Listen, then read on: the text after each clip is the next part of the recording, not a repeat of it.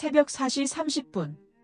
아직 세상이 잠든 시간, 내 몸속의 생체 시계는 어김없이 나를 깨웁니다. 알람 소리도 필요 없습니다. 그저 습관처럼 눈이 떠집니다. 내 이름은 이수란, 올해 나이 55입니다. 남들은 은퇴를 준비하며 여행을 다니거나 손주 재롱을 볼 나이라고 하지만 내 하루는 이제부터가 진짜 전쟁입니다. 침대에서 몸을 일으키자 허리에서 우두둑 하는 소리가 납니다. 만성 디스크입니다. 10년 동안 하루도 쉬지 않고 70kg이 넘는 아버지를 안아서 옮기다 보니 내 허리는 이미 망가질 대로 망가졌습니다. 하지만 아플 시간도 사치입니다. 옆방에서 앓는 소리가 들리기 때문입니다. 방문을 여니 퀴퀴한 냄새가 코를 찌릅니다. 아무리 환기를 시키고 락스로 닦아내도 오래된 환자가 있는 집 특유의 냄새는 벽지에 배어 빠지질 않습니다. 10년 전 뇌졸중으로 쓰러져 전신이 마비된 아버지, 그리고 3년 전부터 치매가 심해져 어린아이보다 못하게 변해버린 어머니. 이 두 분이 나의 세상이자 나의 감옥입니다. 익숙하게 아버지의 기저귀를 확인합니다. 오늘도 실수를 하셨습니다. 축축한 시트를 걷어내고 따뜻한 물수건으로 아버지의 앙상한 다리를 닦아드립니다. 아버지는 미안한지 내 눈을 피하십니다. 그 눈빛을 볼 때마다 가슴 한구석이 아려옵니다. 차라리 정신이라도 없으시면 마음이 덜 아플 텐데 아버지는 정신이 멀쩡하시니 딸에게 하반신을 맡기는 그 상황을 죽기보다 괴로워하십니다. 아버지, 괜찮아요. 개운하시죠? 오늘 날씨 좋대요. 나는 아무렇지 않은 척 명랑하게 말을 건네지만 내 손은 이미 거칠 대로 거칠어져 수건이 올이 나갈 지경입니다. 부엌으로 가서 죽을 끓입니다. 쌀알이 뭉근하게 퍼지는 동안 나는 잠시 창밖을 봅니다. 10년 전 나는 꽤 인기 있는 초등학교 국어 선생님이었습니다. 아이들에게 동시를 가르치고 주말이면 동료 선생님들과 등산을 다니던 시절이 있었습니다. 그때 내 별명은 문학소녀였지요. 하지만 지금 거울 속에 비친 여자는 염색할 시간이 없어 희끗희끗한 머리에 무릎 나온 트레이닝복을 입은 영락없는 노파입니다. 그때 전화벨이 울렸던 그날을 나는 아직도 잊을 수가 없습니다. 수란아, 오빠다. 아버지 쓰러지셨단다. 근데 너도 알지? 나 지금 상하이 지사장 승진 앞두고 있는 거. 지금 들어가면 내 인생 끝장이다. 내가 딸이잖아. 그리고 넌 아직 결혼도 안 했고 학교야 뭐 다시 들어가면 되는 거 아니니? 일단 내가 내려가라. 돈은 섭섭지 않게 보낼게. 상하이에서 잘 나가는 금융맨, 우리 집안의 자랑, 내 오빠 이국강. 그의 목소리는 다급했지만 그 속에는 당연함이 깔려 있었습니다. 장남이 집안을 일으켜야 하니 집안의 우환은 잉여 인력인 여동생이 처리하라는 그 뻔뻔한 논리. 바보 같은 나는 그게 가족을 위한 길인 줄 알았습니다. 학교에 사직서를 내던 날 교장 선생님이 안타까워하시던 표정이 아직도 눈에 선합니다. 그렇게 내려온 고향 집에서 나는 10년이라는 청춘을 고스란히 묻었습니다. 죽이 다 끓을 때쯤 안방에서 어머니의 비명소리가 들립니다. 도둑이야. 내 돈 내놔. 이 도둑년이 내 폐물 훔쳐갔어. 달려가 보니 어머니가 베개를 집어 던지며 난동을 부리고 계십니다. 치매 증상 중에서도 가장 힘들다는 도둑 망상입니다. 어머니는 나를 딸수란이가 아니라 식모나 도둑으로 착각하십니다. 어머니, 저 수란이에요. 딸이에요. 거짓말. 우리 수란이는 선생님이야. 너처럼 늙고 추한 여자가 아니야. 내 아들 불러와. 우리 국강이 오라고 해. 어머니는 내 팔을 핥히고 꼬집습니다. 따끔한 통증보다 마음이 더 쓰라립니다. 어머니의 기억 속에 자랑스러운 딸 수란이는 선생님이었던 10년 전에 멈춰 있습니다. 지금 눈앞에 있는 똥기저귀를 갈고 밥을 먹여주는 늙은 여자는 그저 낯선 사람일 뿐입니다. 어머니가 그토록 애타게 찾는 아들, 이국강은 1년에 딱 2번, 설날과 추석에만 얼굴을 비추는데 말입니다. 그것도 30분. 딱 30분 앉아있다가 갑니다. 아이고, 회사에서 급한 연락이 와서요. 어머니, 아버지, 건강하시죠? 술 하나 나간다. 그렇게 도망치듯 빠져나가는 오빠의 뒷모습을 볼 때마다 나는 입술을 깨물며 참았습니다. 그래, 오빠가 돈을 많이 버니까. 병원비가 한두 푼 드는 것도 아니니까. 하지만 그 믿음이 산산조각난 사건이 있었습니다. 3년 전 아버지가 폐렴으로 중환자실에 입원하셨을 때입니다. 병원비가 5만 위안, 한국 돈으로 1,000만 원 가까이 나왔습니다. 나는 떨리는 손으로 오빠에게 전화를 걸었습니다. 오빠, 아버지가 위독하셔. 병원비가 급해. 그런데 오빠는 한숨을 푹 쉬며 말했습니다. 수란아, 어쩌냐. 내가 지난주에 주식에 물린 게 있어서 현금이 하나도 없다. 내가 일단 융통해봐라. 너도 퇴직금 받은 거 있지 않냐? 나는 울며 겨우겨우 친구들에게 돈을 빌려 병원비를 막았습니다. 그런데 며칠 뒤 올케의 SNS를 보고야 말았습니다. 우리 가족 하와이 여행 힐링 타임. 이라는 글과 함께 오빠 가족이 최고급 리조트에서 랍스터를 먹고 있는 사진이 올라와 있었습니다. 그 사진 속의 오빠는 너무나 환하게 웃고 있었습니다. 아버지는 산소호흡기를 달고 사경을 헤매는데 아들은 하와이에서 랍스터를 뜯고 있다니. 그때 처음으로 나는 내 오빠라는 인간을 다시 보게 되었습니다. 저 사람은 가족이 아니라 그저 남보다 못한 타인이구나. 그리고 오늘 아버지의 80번째 생신입니다. 동네 어귀에서부터 흙먼지를 날리며 검은색 고급 세단이 들어옵니다. 번쩍이는 아우디. 동네 이웃인 김대석 아저씨가 담장 너머로 부러운 듯 쳐다봅니다.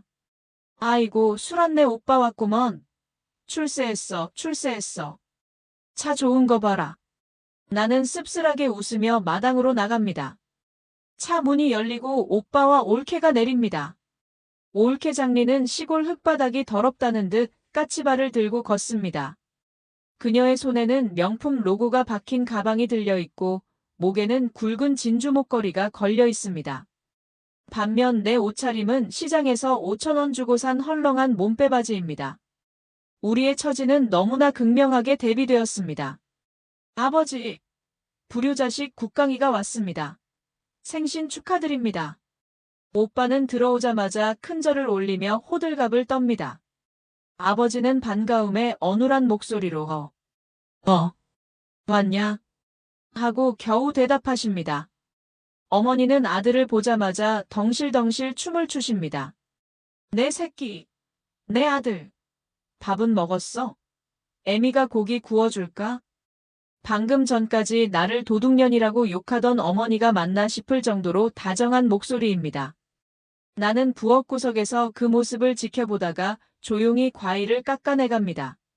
올케가 나를 위아래로 훑어보더니 비아냥거립니다. 아가씨, 피부 관리 좀 하셔야겠어요. 완전 쭈글쭈글하네. 여자는 가꾸기 나름이라는데. 우리 헬스장 청소하는 아줌마보다 더 늙어 보여요. 순간 울컥했지만 참았습니다. 오늘 같은 날 싸우고 싶지 않았으니까요. 그러게나 말이다. 올케가 좀 좋은 화장품이라도 하나 사다 주지 그랬어. 내가 뼈있는 농담을 던지자 올케는 못 들은 척 고개를 돌립니다. 식사가 끝나고 오빠가 갈 채비를 합니다. 이번에도 역시나 밥만 먹고 엉덩이를 떼는 겁니다. 오빠는 안주머니에서 붉은 봉투를 꺼내 내 손에 쥐어줍니다. 수란아, 이거 받아라. 아버지 생신인데 맛있는 거나 사드려. 오빠가 요즘 상하이 집값이 올라서 좀 빠듯하다. 이번에 더 큰 평수로 이사 가거든. 인테리어 비용만 1억이 넘게 깨졌어. 그래서 많이는 못 넣었다. 이사? 오빠, 지난번엔 돈 없어서 아버지 병원비도 못 보낸다며? 아, 그땐 그랬지. 근데 사업하는 사람이 폼이 안 나면 일이 안 되잖아. 투자를 위한 거지. 아무튼 그 안에 2천 위안 약 40만 원 넣었다. 너 혼자 쓰기엔 충분할 거다. 오빠 차가 떠나고 나는 봉투를 열어봤습니다. 2천 위안이라던 봉투에는 1천 위안 약 20만 원짜리 지폐 한 장만 들어있었습니다. 10년 만에 온 아들이 자기 집 인테리어에는 1억을 쓰면서 부모님 생신상 차리라고 던져준 돈이 고작 20만 원. 그것도 거짓말을 해서 말입니다. 나는 마당에 서서 그 얇은 지폐를 구겨쥐었습니다. 서러움이 복받쳐 올라 엉엉 소리내어 울었습니다. 담장 너머로 이웃집 개가 짖었지만 내 울음소리는 멈추지 않았습니다. 그날 밤 나는 잠이 오지 않아 창고를 뒤적였습니다. 어머니의 옛날 물건들을 정리하다가 낡은 앨범 사이에 끼워진 일기장을 발견했습니다. 누렇게 바랜 종이 위에는 어머니의 삐뚤빼뚤한 글씨가 적혀 있었습니다. 호기심에 한 장 한 장 넘기던 나는 어느 페이지에서 숨이 턱 막혔습니다. 1995년 3월 8일. 5년 동안 시장에서 콩나물 팔아모은 돈 2만 위안을 국강이에게 보냈다. 상하이에서 집 산다고 보태달라고 한다. 수란이가 대학원 가고 싶다고 등록금 좀 도와달라고 울었지만 모른 척했다. 여자는 공부 많이 해봤자 소용없다. 시집 가면 남의 집 사람이다. 우리 집 기둥은 국강이다. 2010년 6월 15일. 국강이가 차 바꾼다고 해서 내 결혼 예물인 금팔찌를 팔았다. 수란이가 작은 서점 내고 싶다고 했을 때는 돈 없다고 했는데 미안하다. 그래도 아들이 잘 돼야 집안이 산다. 일기장을 읽어내려가는 내 손이 부들부들 떨렸습니다. 눈물이 뚝뚝 떨어져 글씨를 번지게 했습니다. 어머니에게 나는 자식이 아니었습니다.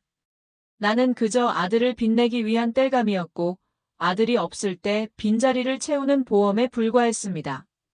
내 10년의 희생은 효도가 아니라 철저한 착취였습니다.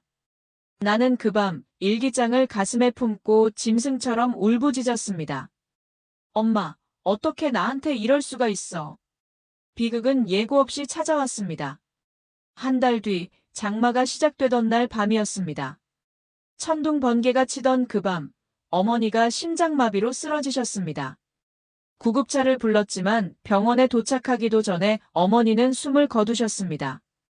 응급실 복도에서 의사의 사망 선고를 듣고 나는 멍하니 서 있었습니다. 슬픔보다 먼저 찾아온 것은 허무함이었습니다. 나는 오빠에게 전화를 걸었습니다. 손이 덜덜 떨렸습니다. 오빠, 엄마가 돌아가셨어. 전화기 너머 오빠의 목소리는 소름 끼치도록 차분했습니다. 울음기 하나 없는 목소리였습니다. 알았다. 내일 아침 기차로 갈게. 장례식장 알아봐. 아, 그리고 수란아. 너무 비싼데 잡지 마라. 장례는 간소하게 치르는 게 요즘 트렌드다. 괜히 남들 보여주기 식으로 돈 쓸 필요 없어. 그리고 엄마 유품 중에 통장이나 귀금속 같은 거 있으면 잘 챙겨놔라. 없어지면 안 되니까. 그게 다 유산이다. 어머니의 부고를 들은 아들의 첫마디가 돈 아껴라, 유산 챙겨라였습니다.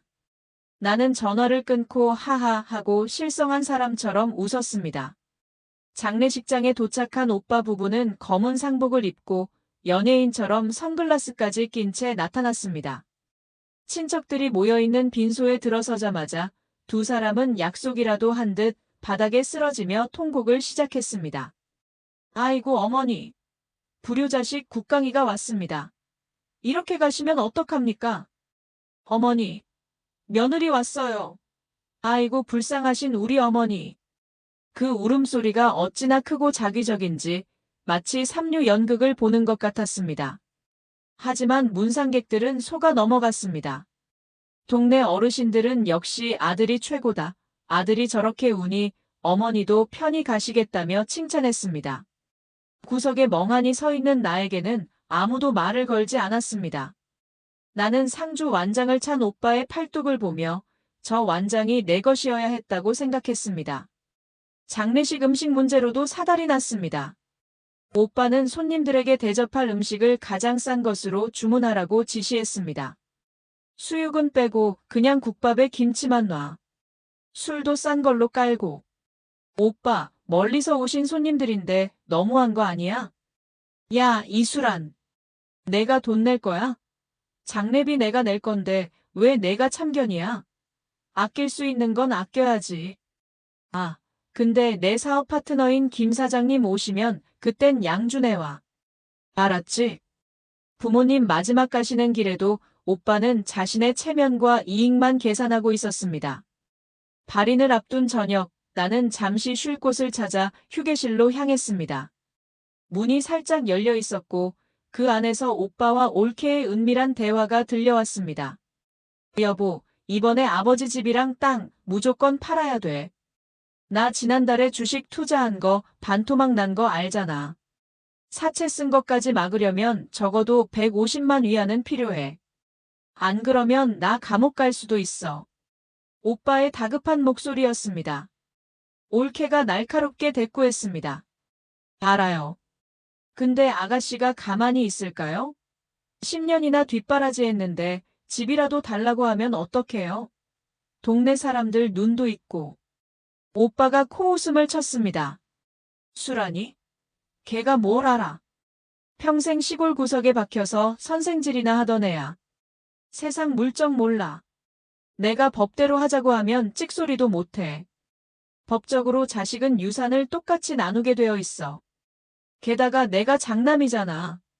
정 안 되면 변호사 써서라도 내가 다 가져올 거야. 걔는 결혼도 안 했으니 돈 필요 없잖아. 넌 걱정 말고 내 옆에서 장단이나 잘 맞춰. 나는 입을 틀어막았습니다. 다리가 후들거려 서 있을 수가 없었습니다. 오빠가 고향에 온 진짜 이유는 어머니의 죽음을 슬퍼하기 위해서가 아니었습니다. 오직 돈. 부모님이 남긴 그 낡은 집과 땅을 팔아치워 자신의 도박 빚을 갚기 위해서였습니다. 나의 10년 세월은 그들의 계산기 속에 1원어치의 가치도 없었습니다. 발인 날 아침, 우리는 유품을 정리하러 집으로 갔습니다. 나는 안방 장롱 깊숙한 곳에서 어머니의 보석함을 꺼냈습니다.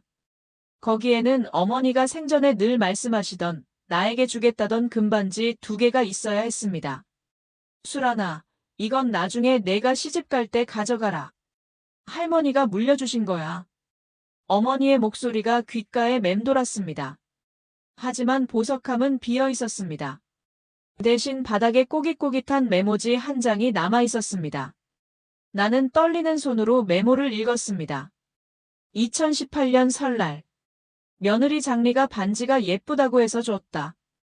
국강이가 나중에 더 좋은 거 해준다고 했다. 나는 메모지를 쥐고 마당으로 뛰쳐나갔습니다.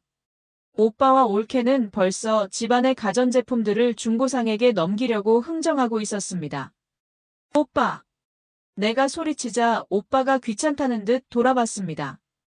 왜 또 소리를 지르고 그래? 부정타게. 나는 떨리는 목소리로 물었습니다. 엄마 금반지 어디 갔어? 엄마가 나 준다고 했던 그 쌍가락지.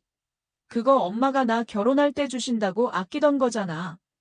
오빠는 시선을 피하며 딴청을 피웠습니다. 무슨 반지? 난 모른다. 엄마가 잃어버리셨겠지. 노인네가 정신이 오락가락했잖아. 나는 올케에게 다가갔습니다. 올케는 당황한 듯 왼손을 등 뒤로 감췄습니다. 올케, 그 손 좀 보여줘요.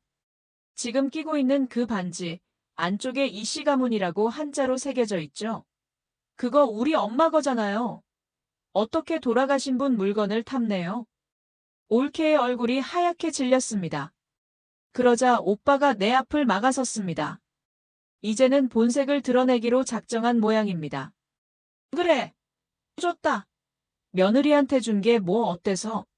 너는 출가회인이고 장리는 우리 집사람이야. 엄마가 주고 싶어서 준 걸 내가 왜 난리야? 쪼잔하게 반지 하나 가지고. 나는 기가 막혀서 헛웃음이 나왔습니다. 출가회인? 나 시집도 안 갔어. 10년 동안 부모님 똥기저귀 갈아낸 건 나야.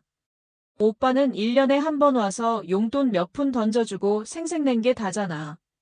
그런데 반지는 올케가 가져가고 집 한 돈도 다 가져가겠다고. 그게 사람이야? 오빠가 인간이야? 오빠가 내 멱살을 잡을 듯이 다가왔습니다. 그의 눈에는 탐욕과 도끼가 가득했습니다. 이수란, 잘 들어. 내가 부모 모신 건 내가 효녀라서 자원한 거야. 내가 강요했냐? 법적으로 너나 나나 똑같은 자식이야.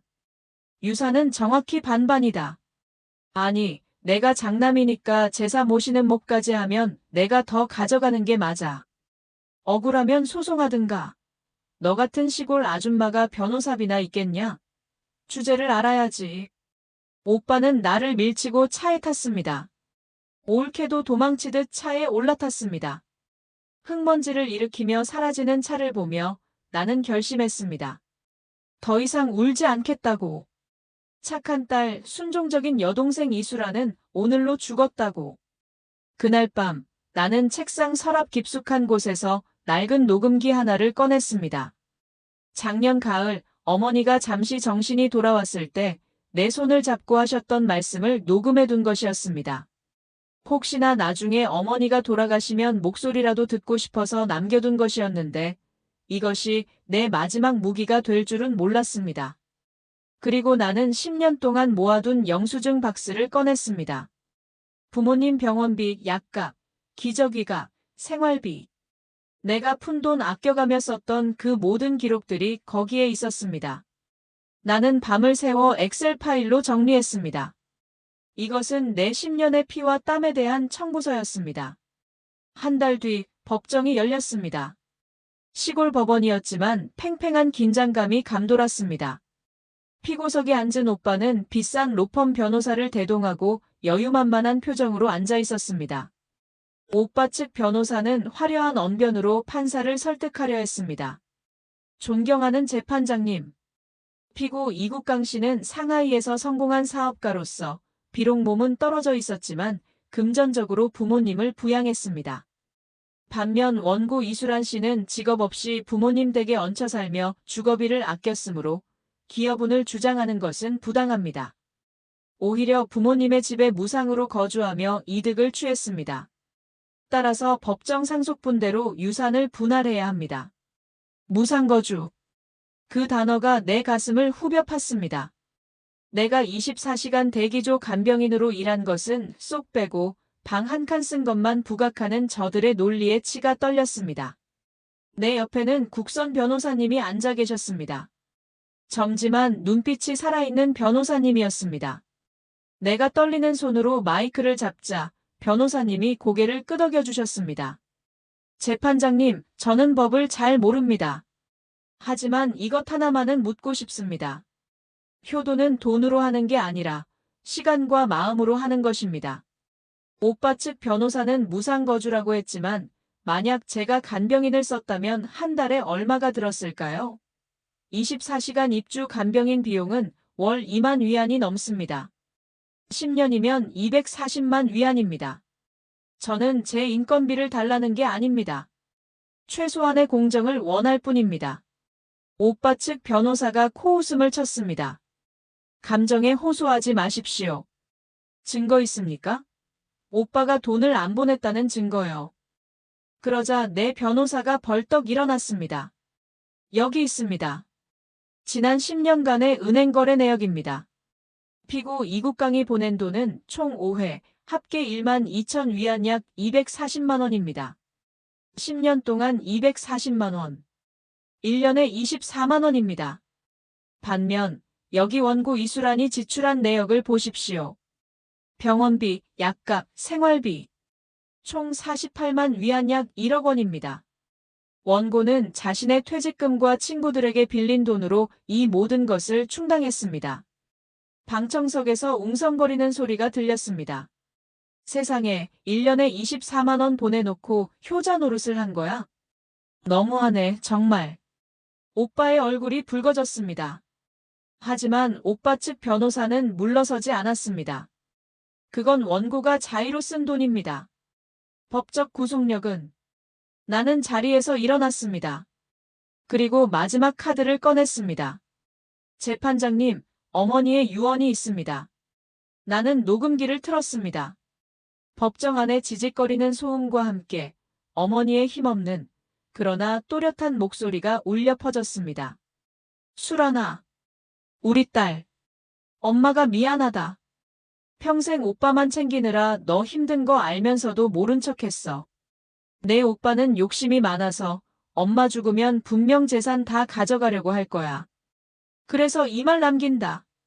이 집이랑 내 통장에 있는 돈 다 수란이 내가 가져라. 그게 엄마 속죄다. 국강이 걔는 이미 많이 가져갔잖니. 엄마가 미안해. 녹음이 끝나는 순간 법정은 물을 끼얹은 듯 조용해졌습니다. 오빠는 사색이 되어 변호사를 쳐다봤지만 변호사도 고개를 저으며 서류를 덮을 뿐이었습니다. 올케는 고개를 숙인 채 떨고 있었습니다. 어머니의 목소리가 죽어서도 아들을 감싸던 그 어머니가 마지막 순간에 비로소 딸의 손을 들어준 것입니다. 판결은 명쾌했습니다. 민법 제1008조의 기여분 제도에 의거하여 원고 이수란 씨가 피상속인을 특별히 부양하고 재산 유지에 기여한 사실이 인정된다. 또한 녹음된 유언의 효력을 참작하여 상속 재산의 70%를 원고 이수란에게 나머지 30%를 피고 이국강에게 분할한다. 또한 피고는 소송 비용 전액을 부담하라. 탕. 판사님의 법봉 소리가 내 가슴속에 10년 묵은 응어리를 깨뜨렸습니다. 나는 그제야 참았던 눈물을 터뜨렸습니다. 승리의 기쁨이라기보다는 인정받았다는 안도감이었습니다. 법정을 나오는데 오빠가 나를 붙잡았습니다. 예전에 그 당당하던 상하이 엘리트의 모습은 온데간데 없고 넥타이는 풀어 헤쳐져 있고 눈은 충혈되어 있었습니다.